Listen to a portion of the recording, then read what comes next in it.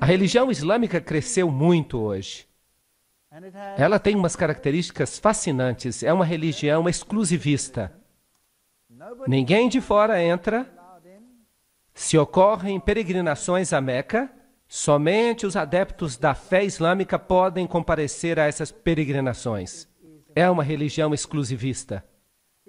O evangelismo é totalmente proibido nas nações islâmicas. Essa religião tem total domínio dos territórios que ela controla. Agora, o que é o Islã? Agora, eu conheço muita gente da fé islâmica. Como professor universitário, eu já lidei com muitos alunos que são islamitas. E eu posso lhes dizer que eu tenho muito respeito por eles.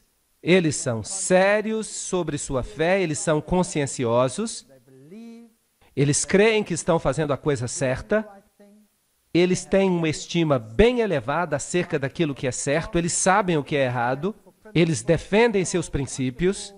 Aqueles que propagam a fé islâmica têm ideais bastante elevados. E eles são leais, como ninguém mais. De todos os meus alunos, eu posso honestamente dizer que aqueles que vieram de uma fé islâmica, eles são leais além do que eu possa descrever. Então, deixem-me fazer um elogio a eles. Vocês vão se lembrar que nas palestras passadas, que havia dois aspectos na religião dos Cavaleiros Templários. Um para as massas, para os não iniciados. E de acordo com Morais e Dogmas, todos os testemunhos quanto a essa questão indicam que era o catolicismo. Então, o mundo externo, eles seguem o catolicismo, mas o círculo interno esotérico, eles seguem a Lúcifer. Isso aconteceu com o catolicismo. Vocês acham que é possível que a mesma coisa esteja acontecendo com a fé islâmica? Que há um círculo interno e um círculo externo, que o círculo interno tem uma religião, enquanto o círculo externo tem uma religião para as massas. Na fé islâmica, e que haja uma organização central que esteja controlando os dois. E onde é a sede dela? Bem, a Bíblia diz que a sede é Roma, nenhum outro lugar. A Bíblia diz que a besta é romana. Ela sai do Império Romano, mas o Islã não sai do Império Romano. A força controladora na Bíblia é Roma. Este é um ponto interessante. Então, se nós observamos essa tremenda religião rival, cujos números chegam a ser iguais aos do catolicismo, qual é a sua origem? Por que ela está aqui? Essas são questões muito importantes. Esta é uma religião muito, muito poderosa. Milhões de pessoas vão às peregrinações, até Meca, onde eles adoram em um templo, no templo de Maomé. Eles consideram um privilégio participar dessas peregrinações. Mas há uma outra religião que também propaga peregrinações. E essa é o catolicismo. Então você tem peregrinações para Lourdes, para sítios importantes e para Fátima. E essas peregrinações, elas são um símbolo das grandes religiões pagãs do passado. Agora, quem era Maomé? Maomé Mustafa nasceu em 570 d.C. e morreu em 632 d.C. Ele fugiu para Medina em 622 d.C., depois da morte de Khadija. Quem era Khadija? Maomé se casou com Khadija quando ele tinha 25 e ela tinha 40 anos de idade. A prima dela, Waraqá, era também católica romana. E ela veio de um convento católico romano. Então podemos dizer que ela era uma freira católica romana. Ela era muito rica. Ela vivia em um convento, ela praticamente controlava toda a economia em suas mãos. E ela deu emprego a esse jovem Maomé, com quem depois ela veio a se casar. Maomé marchou até Meca em 630 d.C., 2 anos antes de morrer, e 4 anos antes de Omar se tornar califa. E o Corão foi compilado em 650 d.C. Maomé não sabia escrever e por isso ele contratou um escriba que escrevesse tudo aquilo que ele viu e ouviu. E o Corão é diferente de qualquer outro tipo de literatura religiosa porque ele foi um livro totalmente ditado. E eles ensinam que ele não foi apenas transcrito por um profeta, mas que ele foi um livro ditado diretamente por Deus e por isso deve sempre permanecer na sua língua original, o árabe. É isso que eles ensinam na religião islâmica. O símbolo da religião islâmica é uma lua em forma de foice e uma estrela. Uma estrela dentro de uma lua em forma de foice. Mas de onde vem esse símbolo? E quem é Alá? Então vamos ver agora umas citações interessantes, especialmente da Enciclopédia da Religião. Alá era o deus da lua que se casou com a deusa do sol.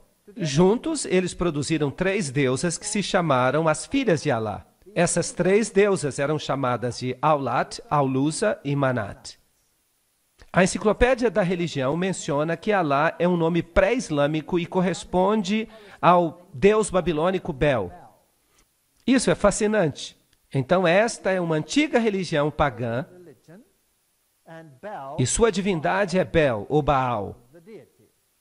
E nós lemos em Morais e Dogma, página 451, que a palavra árabe Aldebaran significa a estrela principal ou guia, e só poderia ter recebido este nome porque ela precedeu ou guiou todas as outras. O ano, então, abria com o sol em touro. E uma grande quantidade de esculturas antigas, tanto na Síria quanto no Egito, onde o touro aparece com lunetas ou chifres crescentes, e o disco do sol entre eles, são diretas alusões ao importante festival da primeira lua nova do ano. E havia por toda parte uma celebração anual do festival da primeira lua nova, quando o ano abria com sol, ou sol, e luna, ou lua, em touro. E aqui está o símbolo de touro. A combinação do crescente do disco sempre representa a conjunção do sol com a lua. Isso significa basicamente que estamos lidando com 2 divindades, uma feminina e outra masculina.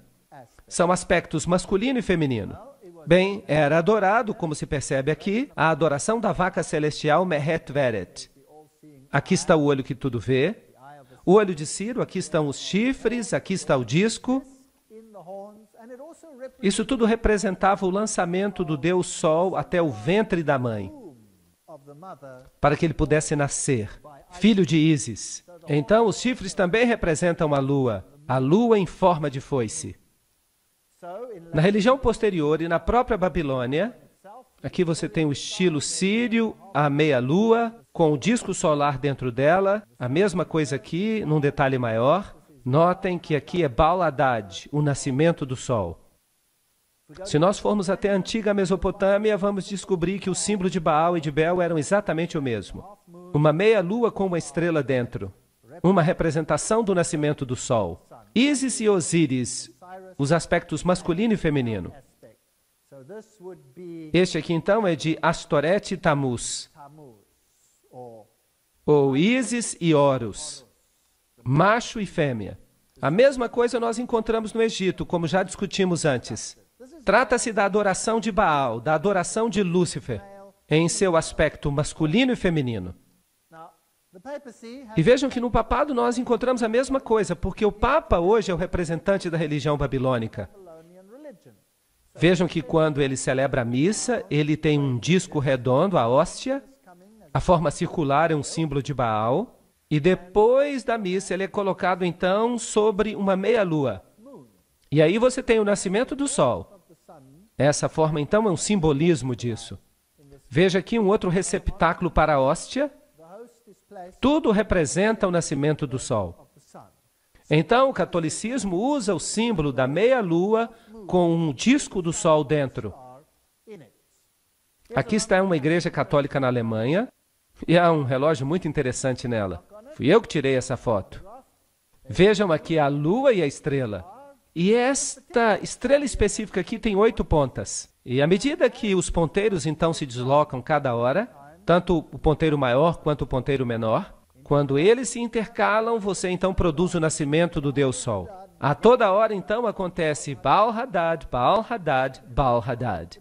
Em toda hora do dia. Não é interessante? Então o símbolo do catolicismo é a lua com a estrela. Estão ocultos em muitos outros símbolos também. Nós encontramos o símbolo do islamismo em lugares estranhos. Vejam este carro da polícia do estado da Louisiana. ali em Nova Orleans.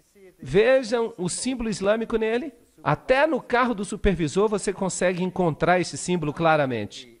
Isso estaria tudo muito bem, mas deixe-me levar vocês até a igreja da Senhora de Guadalupe, lá em Nova Orleans. Aqui está o símbolo na frente do altar. Aqui está uma caverna típica onde eles colocam Maria. Dentro dessa pequena caverna, dessa capela, você tem Maria dentro de uma gruta, um típico símbolo pagão, com todos os bilhetinhos de ação de graças pela sua intercessão. Mas se nós adentrarmos a igreja, nós vamos ver ainda ícones mais interessantes. Também figuras, e aqui está uma foto bem triste. As pessoas realmente acreditam que há mérito em se tocar uma estátua. Se nós pudéssemos dizer a essas pessoas que Jesus está disponível em toda parte do mundo e que nós podemos falar diretamente com Ele. Mas por que eu estou trazendo vocês até essa capela? Não é só para mostrar para vocês a idolatria de Maria, mas para mostrar para vocês esse vitral na janela. Vocês percebem o símbolo do islamismo bem aqui. E para disfarçá-lo, eles dizem que é apenas uma representação do símbolo da polícia de Nova Orleans.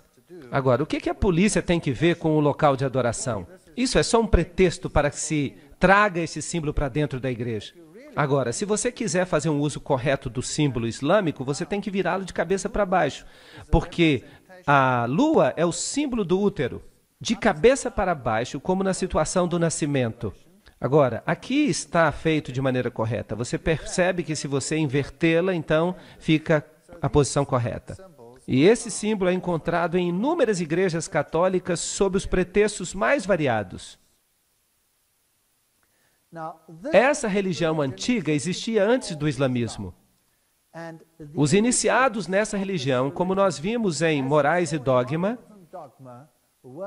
eles pertenciam ao círculo interior, como, por exemplo, o bispo de Alexandria.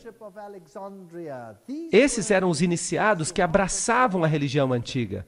E eles eram cristãos, pelo menos de nome, porque de fato eles não eram cristãos. Eles só diziam isso para as massas, o catolicismo.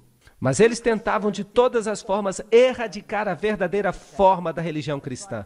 E tentaram também erradicar a palavra de Deus. E nós vimos que eles fizeram isso alterando-a.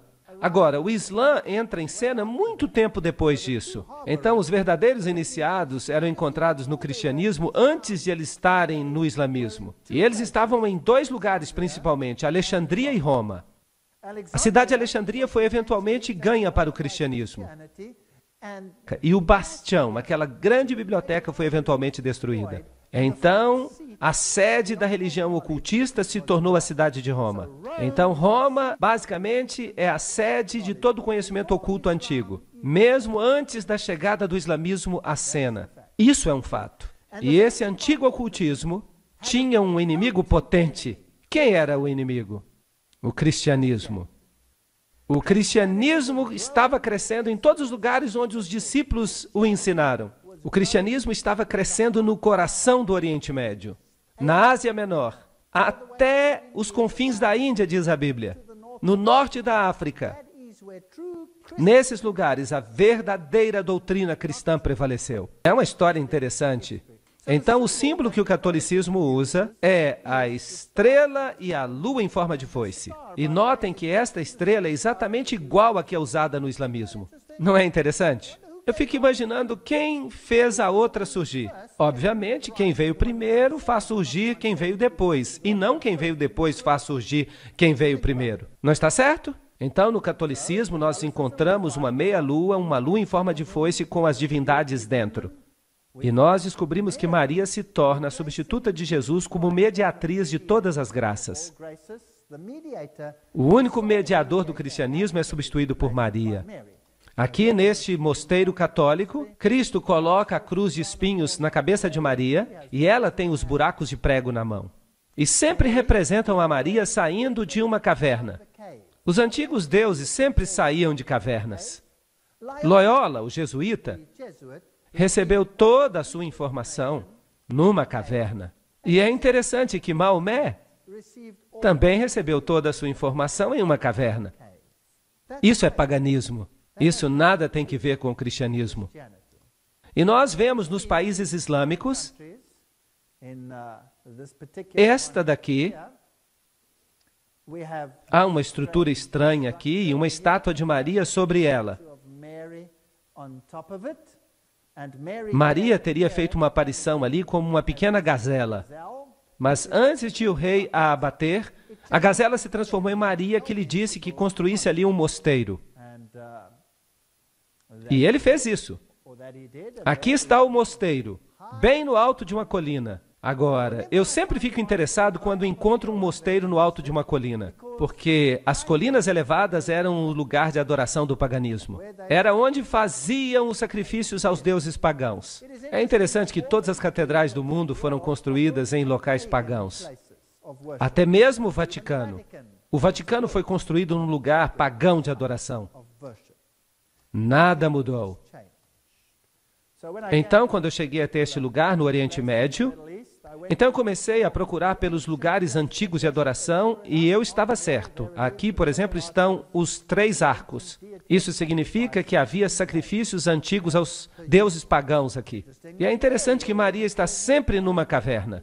Em Fátima, ela está numa caverna. Em Lourdes, ela está numa caverna. E o Papa faz visitas a essas cavernas. E ele adora nessas cavernas. Assim como Osíris representava o sol no folclore egípcio, Ísis representava a lua. Mas a verdade é que Osíris representa o macho, os poderes ativos e generadores da natureza, enquanto Ísis representava os poderes femininos passivos ou prolíficos. Então isso tudo é um tipo de adoração à natureza. E essas pessoas ficariam felizes na Gruta da Boêmia, adorando as árvores. A revelação templária identifica Ísis como a Madonna Negra. A autoridade para fazer isso vem do antigo líder do priorado de Sião. O culto da Madonna Negra é central para o priorado de Sião. Para eles, pelo menos, não há dúvida alguma sobre o significado da Madonna Negra. Osíris, vejam vocês, era branco e preto.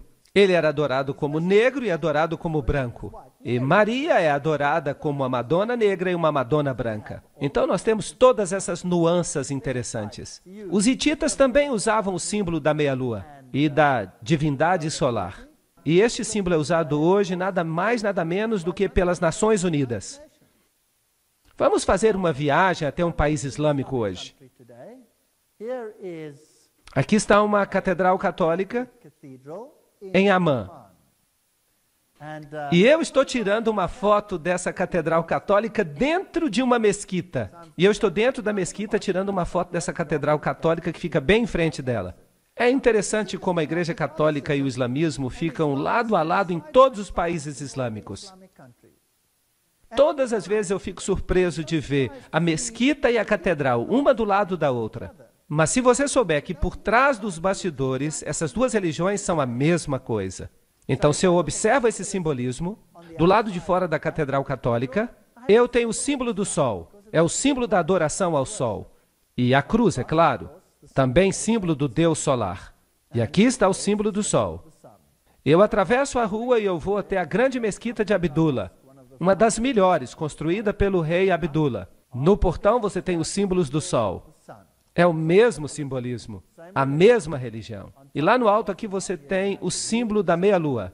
O mesmo símbolo que a Igreja Católica tinha no relógio. Era um símbolo de Baal, ou Bel. Dentro da mesquita, claro, não há bancos, porque no islamismo você se ajoelha no chão, você se prostra ali. E se você observar essa cúpula gigantesca, você percebe os raios do sol. É um edifício magnífico. As roupas islâmicas, você pode olhar para as velhas freiras católicas e vocês vão perceber que as roupas são idênticas. As freiras católicas usam a mesma roupa que as mulheres islâmicas usam, aquelas que pertencem à fé ortodoxa. Aqui está a grande mesquita de Damasco, fascinante. Dentro da mesquita, lá dentro há este altar. E aqui está um homem islamita orando neste altar. Para quem que ele está orando? Será que é para Alá? Não, ele está adorando uma relíquia dos mortos. Porque este é o altar de ninguém mais nem menos do que João Batista. Agora, se você sabe alguma coisa a respeito dos joanitas, e nós já falamos deles, se você escuta o nome João, você pensa no joanismo e você pensa nas sociedades secretas. Tudo isso misturado nos bastidores. Eles alegam que aqui está a cabeça de João Batista. Então, neste altar islâmico, em Damasco, é a mesquita mais velha e mais ilustre do mundo. Aliás, naquele país, e eles dizem que ali está a cabeça de João Batista, mas felizmente a Igreja Católica tem uma igreja que diz que tem o braço de João Batista. Eu fico dizendo que eles deviam se combinar para formar o corpo de João Batista de novo. Por trás dos bastidores, tudo é a mesma coisa. Dentro da mesquita, as mulheres, elas não são muito importantes. Elas ficam relegadas aos lados, os homens ficam no centro. Estão orando ali com uma espécie de terço, e no catolicismo você também usa o terço. Você usa o rosário. O islamismo é uma religião muito solene. Alguns dos sons dessa grande mesquita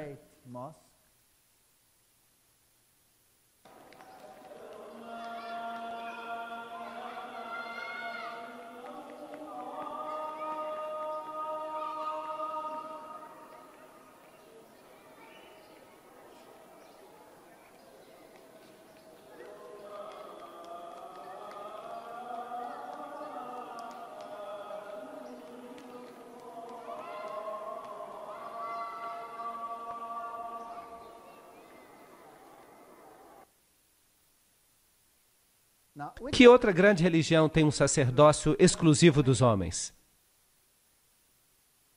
A Igreja Católica Romana. Tudo é o mesmo. E aqui você tem a mesma posição no mundo islâmico. O olho que tudo vê do islamismo. Esta é uma estrutura muito proeminente que é usada em todo o islamismo. E você não vai encontrar um único táxi sequer num país muçulmano que não tenha um olho que tudo vê. Usado como proteção. E é claro que também é usado no catolicismo. Ele está no dólar americano e em todos esses lugares interessantes. Aqui está o olho de Hathor, o olho de Osíris. Aqui ele está num templo egípcio, num púlpito da Igreja Católica, outro numa catedral católica.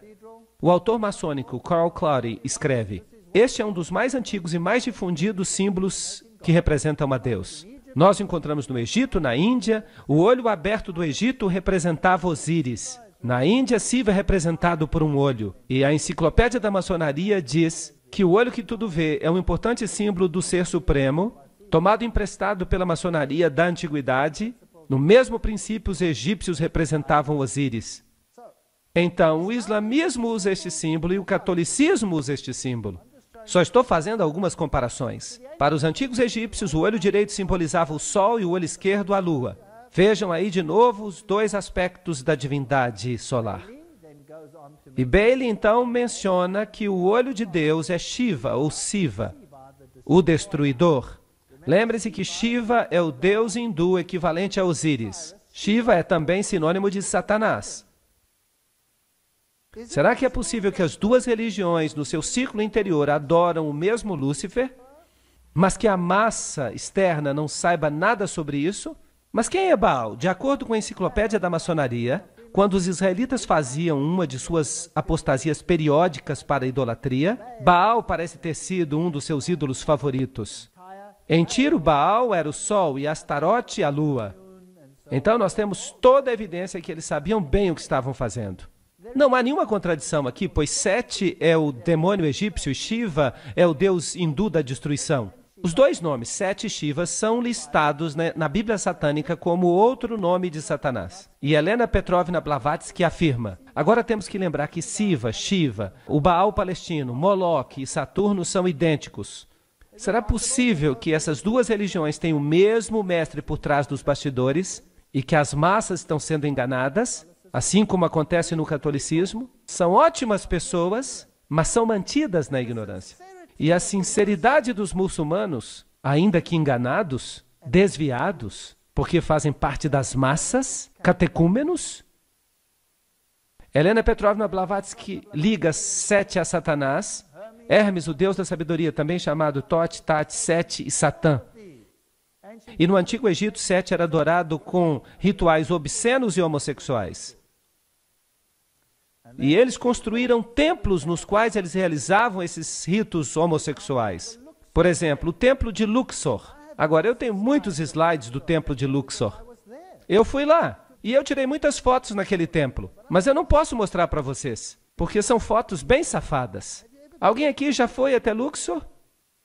Quando você chega a Luxor e vai para o muro, você descobre que o falo era muito importante. E as fotos não devem ser mostradas. Eu as tenho, mas eu não vou mostrar para vocês. Este é um antigo sítio pagão. O templo de Luxor é uma das grandes relíquias dos tempos antigos. Bem, aqui está a entrada. Oh, e o que é aquilo? Isso é uma mesquita. Onde que essa mesquita foi construída? Será que você quer dizer que a mesquita foi construída no templo de Luxor? Será isso possível? Então vamos dar uma olhada mais de perto. Sim, aí está ela. Ela está dentro do templo de Luxor. O que isso diz para você? Se você tivesse que construir uma igreja cristã hoje, será que você escolheria o antigo templo de Baal e construiria sua igreja dentro dele? Sim ou não? Não, claro que não. Agora, e se esta religião for a mesma que a religião antiga do velho culto a Lúcifer? Será que então você estaria disposto a fazer isso? Talvez, sim. Aí eles fizeram. Foi construída dentro do templo. Incrível. Sobre as ruínas. Agora vamos dar uma chegadinha no templo de Baal em outro país. No Líbano. Aí está ele. E deste lado, e este é um templo da mesma divindade, por falar nisso, o que é isso? É uma igreja católica romana.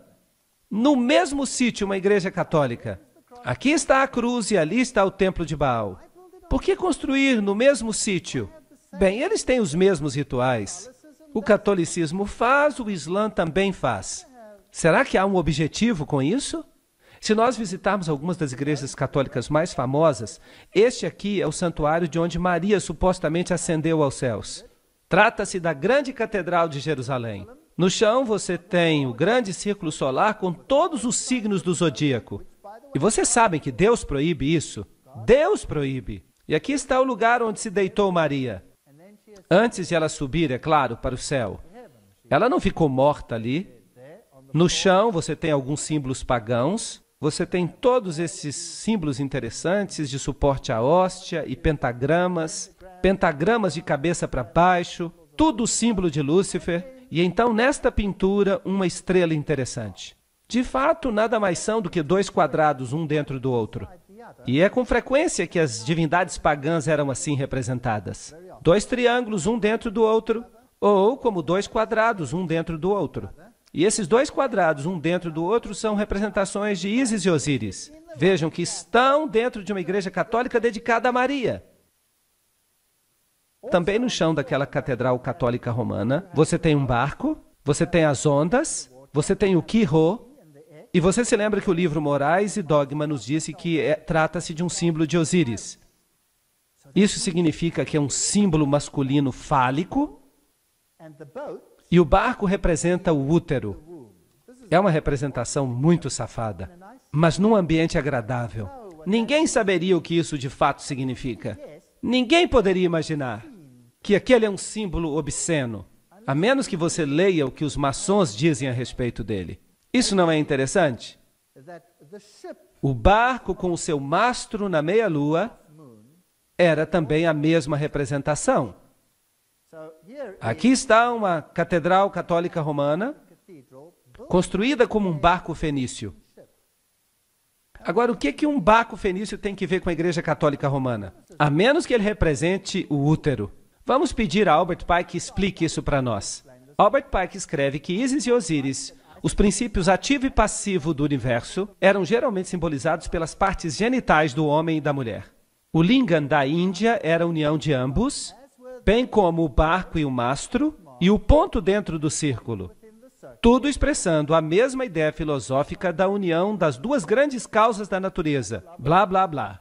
Bem, nós estamos no caminho certo. Nós estamos descobrindo essas coisas na Igreja Católica. Dentro deste Templo dos Cavaleiros, nós já estivemos aí antes, mas agora eu quero mostrar outra coisa. Lembram-se que da última vez eu mostrei a águia de 2 cabeças?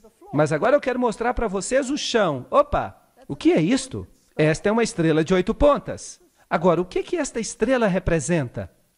Bem, aqui está a estrela do Islã. Não é interessante?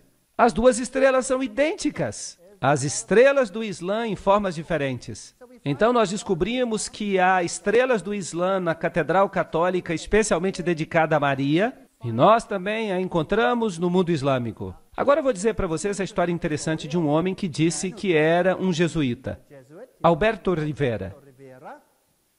E ele alega que o cardeal Bea, general jesuíta, lhe deu instruções pessoalmente sobre a origem do Islã. E de acordo com Rivera, a Igreja Católica começou o islamismo com o propósito de dominar os árabes e garantir a segurança de Jerusalém. Fascinante. Isto é altamente ridicularizado na literatura. Claro, nada assim pode ter acontecido. Deixe-me fazer uma digressão, uma especulação. Quem veio primeiro, o catolicismo ou o islamismo? O catolicismo chegou primeiro. E o catolicismo tinha um grande problema. A Igreja Bizantina, no início, estava do lado de Roma, não havia dificuldade.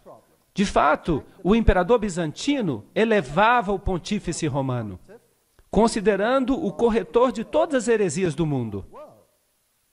Então, sim, a Igreja Bizantina e a Romana eram a mesma igreja no início. Mas depois de 1000 anos houve uma separação entre a Igreja Ortodoxa e a Católica. O patriarca ortodoxo se recusou a aceitar a supremacia do bispo de Roma. Então houve guerra entre esses 2 grupos. E essa guerra continuou até depois da Revolução Russa. Mas agora a Igreja Ortodoxa começa a dizer: nós nos desculpamos. Desculpe. Então isso foi resolvido. Mas nos primeiros séculos do domínio católico, qual foi o grande problema do catolicismo? Quem era o problema? Os verdadeiros cristãos. Os verdadeiros cristãos, porque o cristianismo tinha se espalhado no Oriente Médio. Não seria bom se estes supostos cristãos de Roma pudessem conseguir uma organização que erradicasse o cristianismo, substituindo por uma outra forma da sua própria religião, fundando uma organização. E eles são bons nisso. Quem foi que os jesuítas criaram?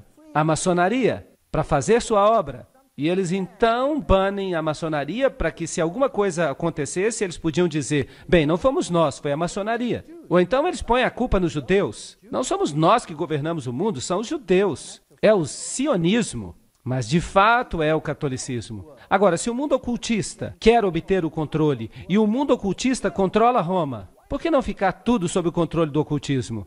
Não seria interessante? Eu só estou especulando. Eu não posso provar isso.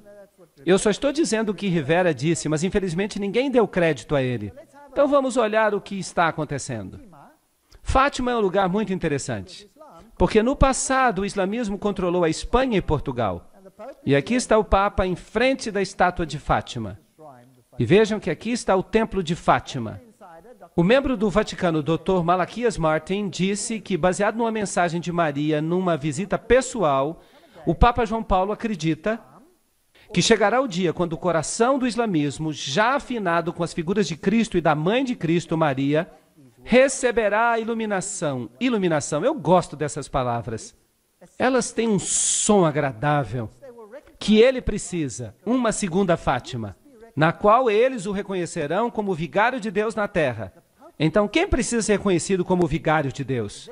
O Papa deve ser reconhecido como vigário de Deus. Então, com os companheiros de viagem, como a Igreja da Inglaterra, a Igreja Episcopal e outras semelhantes, o Papa poderá ser adorado como o Pai Santo e Infalível por mais da metade da população mundial. Eu gostaria de corrigi-lo. Toda a população mundial. Mas isso está além do que eu quero dizer.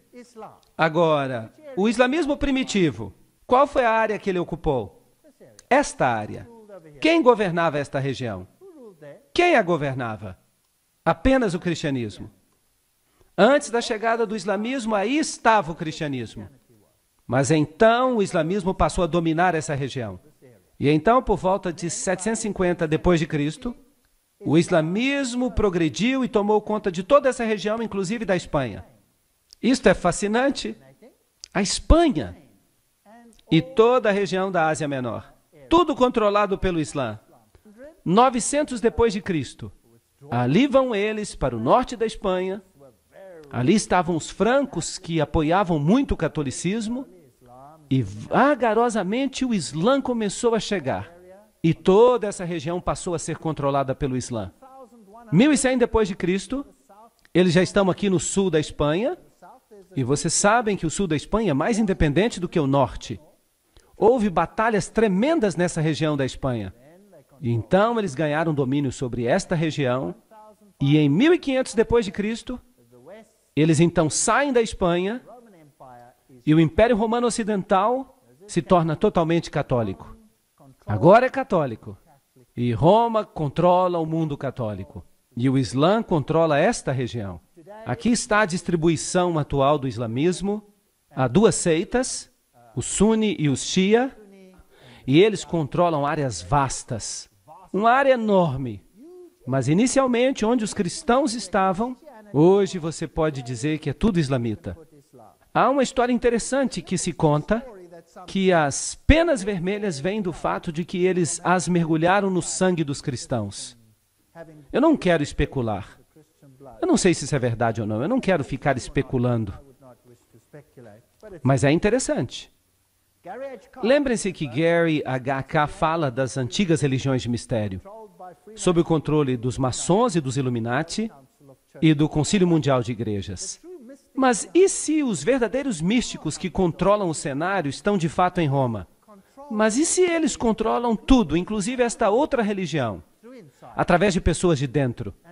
E se você monta o quebra-cabeças, com todas as referências que existem, há laços íntimos entre os templários e as sociedades secretas do islamismo. Os ismaílis, os karmatitas, os fatimitas, os drusos e os assassinos. Agora, os assassinos são interessantes. Eles estão dispostos a se matar para que possam obter alguma vantagem. Eles explodem a si mesmos para destruir outras pessoas. Será que há algo assim hoje em dia? Sim, então nada mudou. A história se repete mais uma vez. Agora, quem eram essas sociedades secretas que estavam mancomunadas com os templários? Ou será que os templários as controlavam? Quem sabe? Vamos ler alguma informação sobre os assassinos.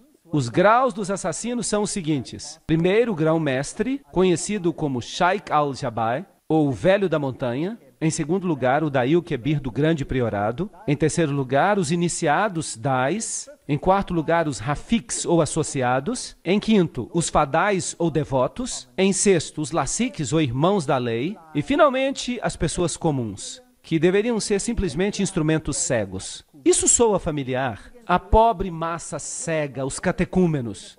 Planos contra a religião não eram, obviamente, admitidos pela ordem.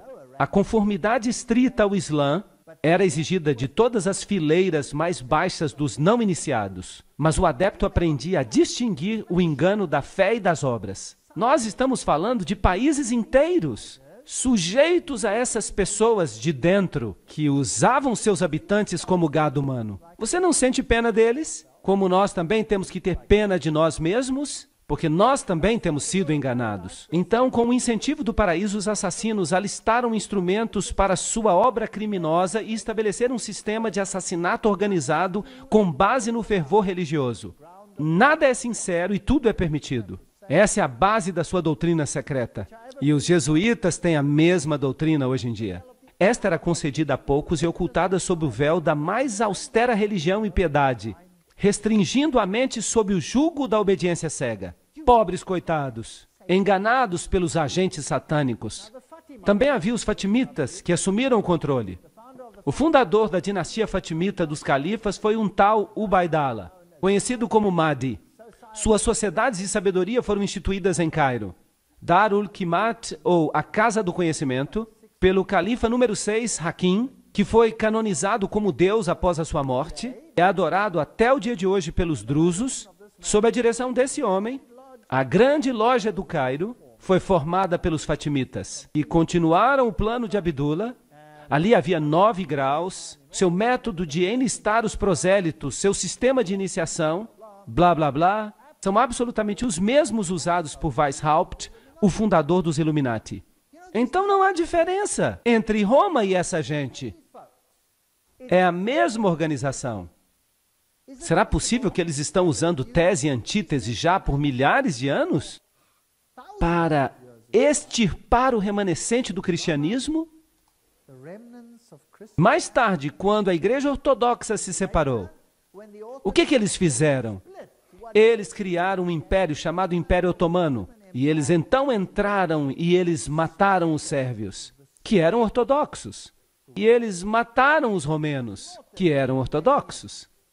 Eles estupravam as mulheres, jogavam as crianças aos ares e as aparavam com a ponta da baioneta. Dizimaram todas as áreas ortodoxas. Incrível. E aqueles que conseguiram escapar para o norte, para a Rússia, não escaparam à espada do comunismo. A Lenin e seu bando de assassinos. Tem havido uma guerra religiosa desde a morte de Cristo. E quem está sendo destruído? As almas dos homens. Aqui estão os homens do Islã. Quem são os de dentro? Quem são esses ayatolás? Será que o mundo deveria ter medo? Eles querem que o mundo tenha medo. Você tem tese e antítese. Nas guerras mundiais, eles disseram, a ameaça é o comunismo.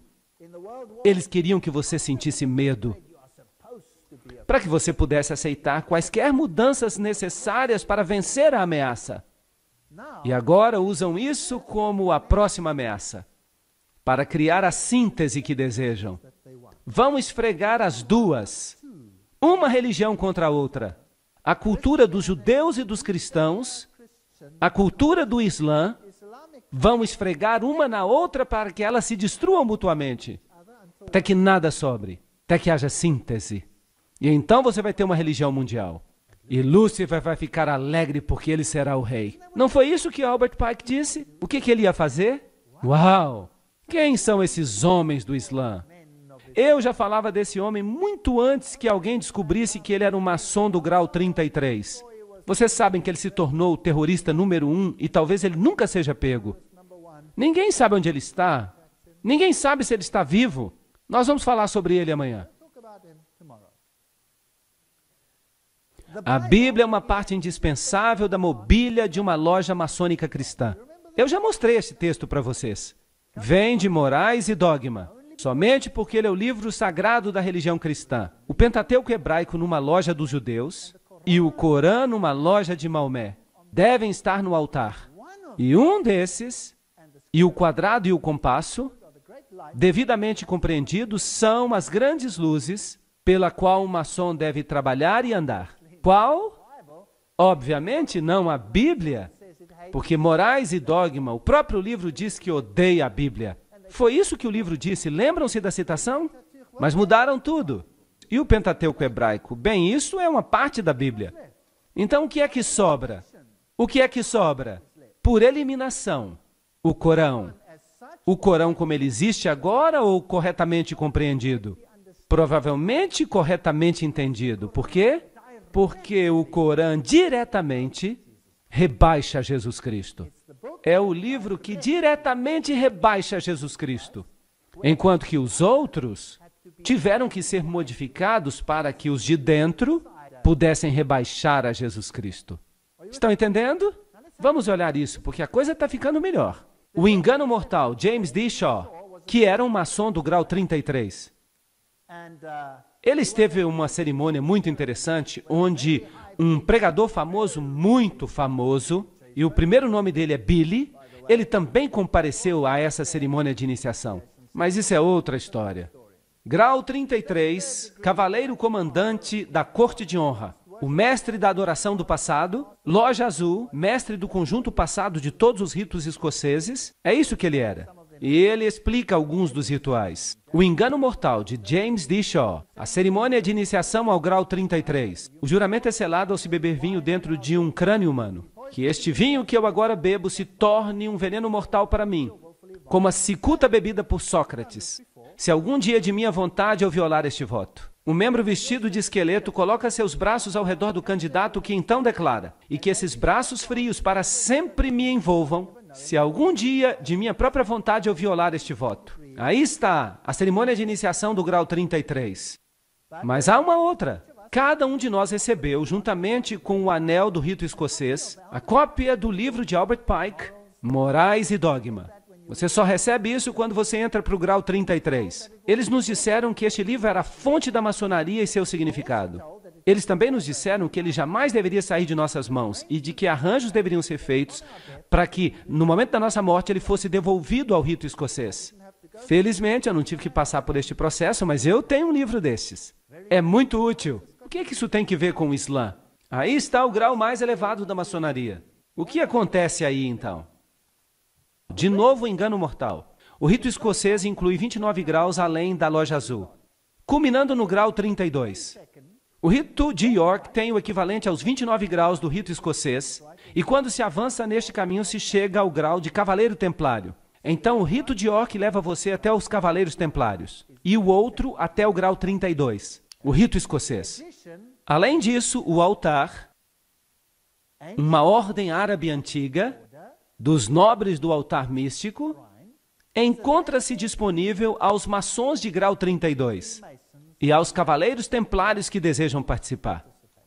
Então, a ordem mais elevada está disponível para que os membros dessas altas ordens se tornem participantes do altar. Agora, os membros do altar são da ordem árabe. É aí que a conspiração engrossa. Vocês acham que há uma ligação entre a maçonaria, os templários e o Islã? Entre o cristianismo e o Islã? Bem, eu acho que sim.